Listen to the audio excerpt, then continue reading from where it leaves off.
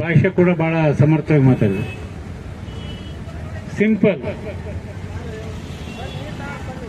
ನಿಮಗೆ ಹುಟ್ಟಿ ಸರ್ಟಿಫಿಕೇಟ್ ಎಷ್ಟು ಜನರಿಗೆ ಐತಿ? ಕೈ ಎತ್ತಿರಿ. ಬರ್ತ್ ಸರ್ಟಿಫಿಕೇಟ್ ಅಂತ ಮಿಸ್ಟೇಕ್ ಐತಿ. ಹುಟ್ಟಿದ್ದು ಐತಾ? ಯಾವುದು? ಆಯ್ತು. ನಿಮ್ಮ ಹೆಸರು ಗೋಣಿಯಪ್ಪ. ನೋಡ್ರಿ ಮಜೆಯಲ್ಲಿ ಐತಿ. ಇವ್ರ ಹೆಸರು ಗೋಣಿಯಪ್ಪ. ಗೋಣಿಯಪ್ಪ ಅಂತೇಳಿ ಒಂದು ಅಕ್ಷರ ಹೆಚ್ಚು ಕಮ್ಮಿ ಆಗಿದ್ರ. ಇತ್ತಿನ ಹೆಸರು ಗೋಣಿಯಪ್ಪ. ಮುಂದೆ ಯಾವ್ದಾರು ಬರ್ಕೊಂಡಂತೆ ಗೋಣಿ ಬಸಪ್ಪ ಅಂತ ಬರ್ಕೊಂಡ್ಬಿಟ್ರೆ ಅಂತ ಇಟ್ಕೊಂಡ್ಬಿಡೋಣ. ಇತ್ತೊಂದು ಓಟಿಲ್ಲ. ಕಲಾಸ್ ಜಿಲಾನ ಜಿಲಾನಿ ಗ್ಯಾರಂಟಿ. ಅಧ್ಯಕ್ಷರ, ನಿಮ್ಮ ಸರ್ಕಾರ ಹೇಳ್ತೀನಿ ಕೊನೆ ಒಂದು ಮಾತು. ನೀವು ನೆನ್ಪಿಟ್ಕೊಂಡು ನಿಮ್ಮ ಎಮ್ಮೆಲ್ಲೆಗೂ ಹೇಳ್ಬೇಕು, ಸರ್ಕಾರಕ್ಕೂ ಹೇಳ್ಬೇಕು. ಆಯ್ತು ಇರಿ. ಆಯ್ತು. ನೀನು ಸ್ವಲ್ಪ ಎಕ್ಸ್ಟ್ರಾ ಒಂದು ನಿಮಿಷ. ಹಲೋ, ನೀನು ಸ್ವಲ್ಪ ಚಾರ್ಜ್ ಆಗಿದ್ದಿ. ಸ್ವಲ್ಪ SLC PUC ಪಾಸ್ ಆದ್ರನ್ನ ಕಳಿಸಿರ್ತಾರ ಮನೆ ಮುಂದೆ ಬರ್ಕೊಂಬರಕ್ಕೆ. ವೋಟರ್ ಲಿಸ್ಟ್ನಾಗ ಇತ್ತೊಂದು ಜಿಲಾನಿ ಅಂತ ಬರೆದ್ಬಿಟ್ಟು ಜಲಾನಿ ಅಂತ ಬರೆದ್ಬಿಟ್ಟಿರ್ತಾರೆ. ಕಲಾಸ್ ಇತ್ತು ಓಟಿಲ್ಲ. ಕರ್ನಾಟಕದಲ್ಲಿ ಈಗಾಗಲೇ 1,14,00,000 ಜನರನ್ನ 1,14,00,000 ಓಟನ್ನ ಡಿಲೀಟ್ ಮಾಡಿದ್ದಾರೆ. ಮ್ಯಾಪಿಂಗ್ನಲ್ಲಿ ಬಿಟ್ಟು ಹೋಗಿದ್ದಾರೆ. ಅವನು ಉಳಿಸ್ಬೇಕಂತಂದ್ರೆ ಹುಟ್ಟಿದ ದಿನಾಂಕ ಕೊಡ್ಬೇಕು. ನಮ್ಮಲ್ಲಿ ಹೆಂಗೈತಿ? ತವ್ರ ಮನೆಯಾಗ 1,14,00,000 ಓಟು ಮ್ಯಾಪಿಂಗ್ನ ಬಿಟ್ಟು ಹೋಗಿರೋದು. 50 ಲಕ್ಷ ಜನ ಬರೀ ನಮ್ಮ ತಾಯಂದ್ರು ಓಟು, ಹೆಣ್ಮಕ್ಳು ಓಟು. ಇನ್ನು ಎರಡನೇ ಓಟ್ ಯಾರ್ದು ಗೊತ್ತಾ? ಮುಸ್ಲಿಮರ ಓಟು, ಕ್ರಿಶ್ಚಿಯನ್ರ ಓಟು. ಈಗ ಓಟ್ ಉಳಿಸಬೇಕಂತಂದ್ರ 10 ನಮೂನಿ ಕಂಡೀಷನ್ ಮಾಡ್ಯಾರ. 10 ನಮೂನಿ ಕಂಡೀಷನ್. 10 ನಮೂನಿ. ಪಾಸ್ಪೋರ್ಟ್ ಇರ್ಬೇಕು ಅಂತಾರ. ಪಾಸ್ಪೋರ್ಟ್ ನಾವ್ ಯಾರು ವಿಮಾನ ಹತ್ತೀವೋ ಮರ, ಪಾಸ್ಪೋರ್ಟ್ ಇಲ್ಲ. ಹುಟ್ಟಿದ ದಿನಾಗ ಕೊಡ್ರಿ ಅಂತೀವಿ. ನಾವು ಶಾಲೆಗೆ SLC ಒಳಗ ಪೇಲಾಗಿ ಬಿಟ್ಟಿವಿ. ಇಲ್ಲ. ನಮ್ಮ ಆಧಾರ್ ಕಾರ್ಡ್ ಅನ್ನ ಕಣ್ಣು ನೋಡಿ ಕೈ ಒತ್ತಿ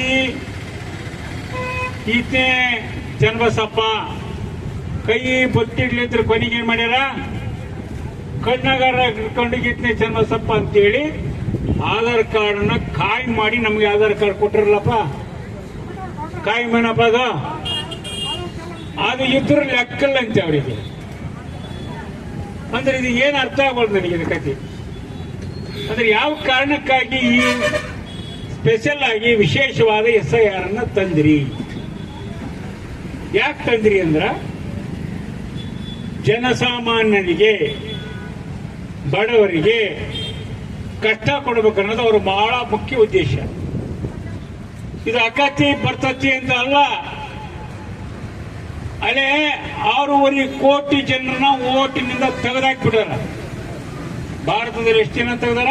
6.5 ಕೋಟಿ. ಅವ್ರಿಗೆ ಹೇಳಿದ್ದೇನು?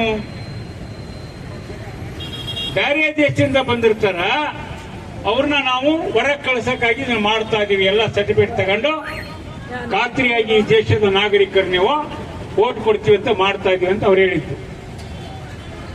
ಎಷ್ಟು ಜನ ಸಿಕ್ಕರು? ಅದನ್ನ ಇವ್ರು ಮಾಡಕ್ ಬರಲ್ಲ. ಚುನಾವಣೆ ಕಮಿಷನ್ ಮಾಡಕ್ ರೂಲ್ಸ್ ಇಲ್ಲ. ಮತ್ತೆ ಪೊಲೀಸ್ ಇಲಾಖೆ ಕೊಟ್ಟರು. ಪೊಲೀಸ್ ಇಲಾಖೆ ಅದನ್ನೆಲ್ಲ ಪರಿಶೀಲಿಸಿದ್ರು. ಕೇವಲ 6 ಜನ ವಿಜೇತರು ಸಿಕ್ಕಿತ್ತು. ಅದ್ರಾಗ 3 ಆಲ್ರೆಡಿ ಸತ್ತೋಗ್ಯಾರ. ಆ 3 ಹಿಡಿಯಕ್ಕ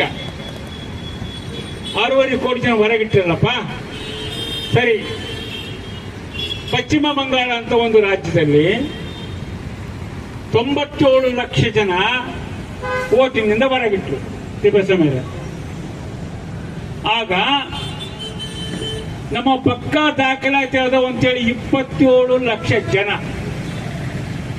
ಹಂಗ ಹಿಂಗ ಕಲೆಬಿತ್ತು ಹುಟ್ಟಿದ ದಿನಾಂಕ ಅದು ಇದು ಜೋಡಿಸ್ಕೊಂಡು ಚುನಾವಣೆ ಕಮಿಷನ್ ಮುಂದೆ ಇಟ್ರು. ಓಟ್ ಕೊಡ್ಬೇಕಾ ಬೇಡ? ಕೊಡ್ಲಿಲ್ಲ. ಆಗೇನ್ ಮಾಡಿದ್ರು? ಒಂದು ಓಟಿಗಾಗಿ ಲಕ್ಷಾಂತರ ರೂಪಾಯಿ ಖರ್ಚು ಮಾಡ್ಕೊಂಡು ಸುಪ್ರೀಂ ಕೋರ್ಟ್ಗೆ ಹೋದ್ರು.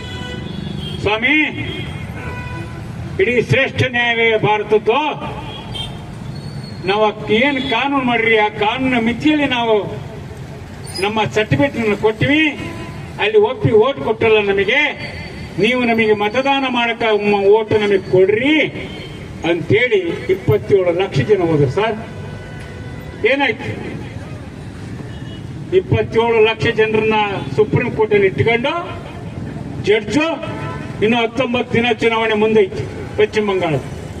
ಏನ್ ಮಾಡ್ಬೇಕಾಗಿತ್ತು? ಸ್ಪೆಷಲ್ ಬೆಂಚ್ ಮಾಡಿ 27 ಲಕ್ಷ ಜನರ ಅರ್ಜಿಯನ್ನು ಪರಿಶೀಲನೆ ಮಾಡಬೇಕಾಗಿತ್ತು. ಒಂದು ಇಲ್ಲ ಚುನಾವಣೆಯನ್ನು ಮುಂದೂಡಬೇಕಾಗಿತ್ತು. ಒಂದು ಅದೇನು ಮಾಡ್ದನೆ ನಾನೇ ಪರಿಶೀಲಿಸಿದಂತ ಒಬ್ಬ ಜಡ್ಜು 1317 ಜನರನ್ನು ಪರಿಶೀಲಿಸಿ ನೀವು ಓಟ್ ಹಾಕ್ಬೋದು ಅಂತ ಕಳಿಸಿಕೊಟ್ಟ. ಇನ್ನು ಉಳಿದಿರ್ತಕ್ಕಂಥ 26 ಲಕ್ಷದ ಎಷ್ಟು ಜನ ಉಳಿದ್ರು? 26,98,000 ಜನ ಉಳಿದ್ರಲ್ಲ, ಇವ್ರಿಗೆ ಏನಂತ ಬರ್ಕೊಟ್ಟು ಗೊತ್ತಾ ಜಡ್ಜ್ಮೆಂಟ್? ಮುಂದಿನ ಚುನಾವಣೆಗೆ ಓಟ್ ಹಾಕ್ಬೋದು, ನೀವು ಈಗ ಬಿಟ್ಬಿಡ್ರಿ ಅಂದ. ಸರಿ ಆಯ್ತು, ಒಂದ್ ಚುನಾವಣೆ ಓಟ್ ಹಾಕೋದು ನಮ್ಮ ನೆನಪನ್ನು ಗಂಟು ಹೋಗೋದಲ್ಲ, ಆಯ್ತು ಬಿಡಪ್ಪ ಅಂತ ಜನ ಸುಮ್ಮನ ಆದ್ರು. ಪಶ್ಚಿಮ ಬಂಗಾಳ ಚುನಾವಣೆ ನಡೀತು, ಸರ್ಕಾರ ಬಂತು. ಸರ್ಕಾರದ ಮುಖ್ಯಮಂತ್ರಿ ಅನೌನ್ಸ್ ಮಾಡಿಬಿಟ್ಟ, ಯಾರ್ಯಾರು ಓಟಲ್ಲೋ ನಿಮಗೆ ಸರ್ಕಾರದ ಯಾವುದೇ ಸೌಲಭ್ಯವನ್ನು ಕೊಡಲ್ಲ. 17 ಜನ ಇದ್ದು ಸತ್ತಂಗಲ್ಲನಪ್ಪ. ಅರೆ ಯಾರು ಹೇಳಿದ್ರಿ ಇವ್ರಿಗೆ? ಯಾರು ಹೇಳಿದ್ರಿ ಇವ್ರಿಗೆ? ಯಾವ ಜನ ಚಳವಳಿ ಮಾಡಿದ್ರು ಕೇಂದ್ರದ ಮುಂದೆ? ಯಾವ ಚುನಾವಣಾ ಆಯೋಗದ ಮುಂದೆ ಈ ಪ್ರಶ್ನೆ ಬಂತು? ಇಲ್ಲಿವರೆಗೆ ಹೆಂಗಿತ್ತು ಪದ್ಧತಿ? ಪ್ರತಿಯೊಬ್ಬರನ್ನ ಮನೆಗೆ ಬರ್ತಿದ್ರು, 18 ವರ್ಷದವರು ಸೇರಿಸ್ತಿದ್ರು, ಸತ್ರ ಡಿಲೇಟ್ ಮಾಡ್ತಿದ್ರು, ಎರಡೆರಡು ಕಡೆಗಿದ್ರೆ ಒಂದು ಕಡೆ ಕ್ಯಾನ್ಸಲ್ ಮಾಡ್ತಿದ್ರು. ಇದು ಮತ ಪರಿಷ್ಕರಣೆ ವ್ಯವಸ್ಥೆ ಇತ್ತು. ಈಗ ಮಾಡಿದ್ದೇನೋ? ಏನದು ವಿಶೇಷ? ಇದನ್ನೆಲ್ಲ ಒಪ್ಪಕ್ಕೆ ಸಾಧ್ಯನಾ? ಪಶ್ಚಿಮ ಬಂಗಾಳದ ಜನ ಜಾಗೃತಿ ಆಗದಂಗಿರಬಹುದು, ಬಿಹಾರದ ಜನ ಜಾಗೃತಿ ಆಗದಂಗಿರಬಹುದು, ಉತ್ತರ ಭಾರತದ ಜನ ಜಾಗೃತಿ ಆಗದಂಗಿರಬಹುದು. ಕನ್ನಡ ನಾಡಿದ ಹುಷಾರ್. ವೀರ ಸಂಗೊಳ್ಳಿ ರಾಯಣ್ಣ ಬದುಕಿರೋರು, ಮದಕರಿ ನಾಯಕರಾದವರು, ಬಸವಣ್ಣ. ಇನ್ನು ಸಂಸತ್ತಿನ ಕಲ್ಪನೆನೇ ಇಲ್ಲ. ಪ್ರಪಂಚಕ್ಕೆ, ಈ ಭೂಮಿಯ ಮೇಲಿರ್ತಕ್ಕಂಥ ಯಾವುದೇ ದೇಶಕ್ಕೆ ಪ್ರಜಾಪ್ರಭುತ್ವ ಗೊತ್ತಿಲ್ಲ. ಅಂತ ಟೈಮಲ್ಲಿ ಬಸವಾದಿ ಶರಣರು 770 ಜನ ಕಲ್ಯಾಣ ಅನುಭವ ಮಂಟಪವನ್ನು ಕಟ್ಟಿ ಎಲ್ಲಾ ಜಾತಿಯ ಸಮಾನರು, ಎಲ್ಲಾ ಜಾತಿಯ ಜನ ಮಾತಾಡ್ಬೋದು ಅಂತೇಳಿ ವಚನಕಾರರು ನಡೆದಾಡಿರೋ ಭೂಮಿ ಸ್ವಾಮಿ ಇದು. ಅಷ್ಟು ಮಾತ್ರ ಅಲ್ಲ, ಮಹಾತ್ಮ ಗಾಂಧೀಜಿಯವರು ಅತ್ಯಂತ ಶಾಂತಿಯುತವಾದ ಹೋರಾಟವನ್ನು ಕಟ್ಟಿ ಈ ಸ್ಥಳಕ್ಕೆ ಬಂದು ಹೋಗಿರ್ತಕ್ಕಂಥ ಒಂದು ಗಂಡು ಮೆಟ್ಟಿನ ನೆಲ ನಮ್ಮ ಕೂಡ್ಲಿಗೆ. ಹುಷಾರ್, ಹುಡುಗಾಟ ಮಾಡಬೇಡಿ. ಕಾನೂನು ಏನೈತಿ? ನಮ್ಮ ಮೇಲೆ ದೌರ್ಜನ್ಯ ಮಾಡ್ತಕ್ಕಂಥ ಯಾವುದೇ ಕಾನೂನನ್ನ ತಂದ್ರೆ ಭೇದ ಮಾಡಬೇಡ್ರಿ. ಧರ್ಮ ಜಾತಿ ಭೇದ ಮಾಡಲಿಕ್ಕೆ ನಮ್ಮ ನೆಲದಲ್ಲಿ ಜಾಗ ಇಲ್ಲ. ಕನಕದಾಸರೇನು ಹೇಳಿದ್ರು? ಜಾತಿ ಜಾತಿ ಅಂತ ಹೊಡೆದಾಡಬೇಡ ಅಂತ ಹೇಳಿದ್ರು. ಶಶಿನಾಳ ನರಸಿಂಹಪ್ಪನ ಜನಪದ ಏನು ಹೇಳುತ್ತೆ? ಸಮಗ್ರ ಐಕ್ಯತೆಯನ್ನು ಹೇಳುತ್ತೆ. ಎಲ್ಲ ಹಿಂದೂ ಮುಸ್ಲಿಂ ಬಾಂಧವ್ಯ ಹೇಳುತ್ತೆ. ಮುಸ್ಲಿಂ ಜನ ಟಾರ್ಗೆಟ್ ಮಾಡ್ತೀರಿ, ಈ ದೇಶದ ಮಹಿಳೆಯರನ್ನ ಟಾರ್ಗೆಟ್ ಮಾಡ್ತೀರಿ. 26,000 ಹಳ್ಳಿಗಳ ಹೆಣ್ಮಕ್ಳನ್ನ ಜಾಗೃತಿ ಮಾಡ್ತೀವಿ. ಹುಷಾರ್. ಕಸಬರಿಗೆ ತಗೊಂಡು ಹಿಂಬಲ್ಲತ್ತೀವಿ. ನಮ್ಮನ್ನ ಪ್ರಶ್ನೆ ಮಾಡಲಿಕ್ಕೆ, ನಮ್ಮ ಅಸ್ತಿತ್ವನ ಪ್ರಶ್ನೆ ಮಾಡಲಿಕ್ಕೆ ಪೊಲೀಸ್ ಇಲಾಖೆಗೆ ಕೊಡಿ. ವಿದೇಶದಂತ ಕನ್ಫರ್ಮ್ ಆದ್ರೆ ನಾನು ಜೈಲಿಗೆ ಹಾಕಿ. ಅದು ಬಿಟ್ಟು ಓಟು ಕಚ್ಚುವ ಕೆಲಸ ಮಾಡಬಾರ್ದು ಅಂತಕ್ಕಂಥ ತೀರ್ಮಾನದ ಹಿನ್ನೆಲೆಯಲ್ಲಿ ನಾವು ಹೊಂಟೀವಿ. ಸರಿ ಐತಾ ತಪ್ಪಾಯ್ತಾ? ಸರಿ ಐತಾ ತಪ್ಪಾಯ್ತಾ? ಇವ್ರ ಗ್ಯಾರಂಟಿಯರಿಗೆ ಒಂದು ಹೇಳ್ಬೇಕು. ಗ್ಯಾರಂಟಿ ಯೋಜನೆ ಕೊಟ್ಟಿದ್ವಿ ಸ್ವಾಮಿ, ಅದಕ್ಕೂ ಮುಂಚೆ ನಾವು ಕೇಳಿದ್ವಿ, ಹಿಂಗ ಇಡೀ ನಮ್ಮ ಓಟನ್ನ ಕಟ್ ಮಾಡ್ತೀರಿ ನೀವು, ಅದಕ್ಕೆ ಯಾವ್ಯಾವ ರಾಜಕೀಯ ಪಕ್ಷದ ಬೆಂಬಲ ಕೊಡ್ತೀರಪ್ಪ ಅಂತ ಕೇಳಿದ್ವಿ. ಬಿಜೆಪಿಯವ್ರನ್ನ ಕೇಳಿದ್ವಿ. ಅಲೋ, ಬಿಜೆಪಿಯವ್ರು ಹೇಳಿದ್ರು ನಮ್ದೇ ಕಾನೂನು, ನಾವು ನಿಮ್ ಜೊತೆ ಬರಲ್ಲ ಅಂದ್ರು, ಮನೆಗಿರ್ರಿಯಪ್ಪ ಅಂದ್ವಿ. JDS ಅನ್ನು ಕೇಳಿದ್ವಿ, ನಾವು ಬರಲ್ಲ, ನಾವು ಬಿಜೆಪಿ ಜೊತೆಗಿದ್ವಿ, ಅಲ್ಲೇ ಇರ್ತೀವಿ ಅಂದ್ರು, ಹಾಳಾಗೋಗ್ರಿ ಅಂತ. ಕಾಂಗ್ರೆಸ್ನವ್ರು ಕೇಳಿದ್ವಿ, ನಮ್ದು ಒಪ್ಪಿಗೆ ಐತಿ, ನಿಮ್ ಜೊತೆ ಬರ್ತೀವಿ ಅಂತ ಬರಕತ್ತಾರ. ಸ್ವಲ್ಪ ಸ್ವಲ್ಪ PL2 ಕೆಲಸ ಮಾಡಕತ್ತಾರ. ನಾನು ಹೇಳೋದೇನಂದ್ರ, ಗ್ಯಾರಂಟಿ 5 ಕೊಟ್ಟಿವಿ, ಆ ಗ್ಯಾರಂಟಿ ಉಳಿಸ್ಬೇಕಂದ್ರ ಕರ್ನಾಟಕ ಸರ್ಕಾರದ ಅಡಿಗೆ ಕರ್ನಾಟಕದ ಚುನಾವಣಾ ಆಯೋಗ ನಿಮ್ ಕೈಯಾಗೈತಿ. ಮೀಟಿಂಗ್ ಮಾಡಿಸ್ರಿ, ನಮಗೆ ಹೆಸರು ತಪ್ಪಿದ್ರೆ ನೀವೇ ತಿಳ್ಸಿರಿ, ಮನೆ ಮನೆಗೆ ಹೋಗ್ರಿ. ನೀವು ಕರ್ನಾಟಕದಾಗ ನಮಗೆ ಇನ್ನೊಂದು ವೋಟರ್ ID ಮಹಾ ಗ್ಯಾರಂಟಿ ಕೊಡ್ರಿ. ಈ 5 ಗ್ಯಾರಂಟಿ ಮೇಲೆ ಇನ್ನೊಂದು ಮಹಾ ಗ್ಯಾರಂಟಿ ನಿಮಗೆ ಕೊಟ್ಟು ಬಿಡ್ರಿ.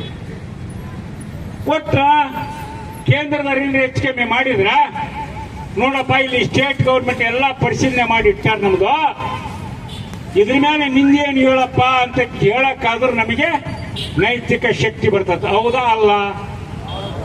ಅದಕ್ಕೆ ಈ ಶಾಸಕರಿಗೆ ಹೇಳ್ಬೇಕು, ನೀವು ಈ ಮಾತನ್ನ ಬರ್ಕೊಂಡು ಹೋಗ್ಬೇಕು. ಮುಖ್ಯಮಂತ್ರಿ ಶಿವಕುಮಾರ್ ಅವ್ರಿಗೆ ಹೇಳ್ಬೇಕು, 5ನೇ ಗ್ಯಾರಂಟಿ ಕೊಡ್ಲೇಬೇಕು. ಯಾರಿಗೆ ನ್ಯಾಯಯುತವಾಗಿ ಇಲ್ಲಿ ಬದುಕಿರೋರಿಗೆ, ಅನ್ಯಾಯದಿಂದ ಹೊರದೇಶದಿಂದ ಬಂದವರಿಗೆ ಕೇಳಲ್ಲ ನಾವು. ನಮ್ದು ಒಂದೇ ಒಂದು ಓಟು ರೈತರದು, ಕೂಲಿಕಾರದು, ದಲಿತರದು, ಹೆಣ್ಮಕ್ಳದು, ಮುಸ್ಲಿಮರದು. ಹೋದ್ರೆ ಹುಷಾರ್, ಕರ್ನಾಟಕ ಸೌಹಾರ್ದವನ್ನು ಸಹಿಸುತ್ತೆ, ದೌರ್ಜನ್ಯ ಬಂದ್ರೆ ಅದಕ್ಕೆ ಪ್ರತಿರೋಧವನ್ನು ಹುಟ್ಟುತ್ತೆ. 6.5 ಕೋಟಿ ಜನರ ಜೊತೆ ನಮ್ಮನ್ನು 1.5 ಕೋಟಿ ಜನ ಸೇರಿಸಬೇಕಂತ ತೀರ್ಮಾನ ಮಾಡಿದ್ದೀರಾ?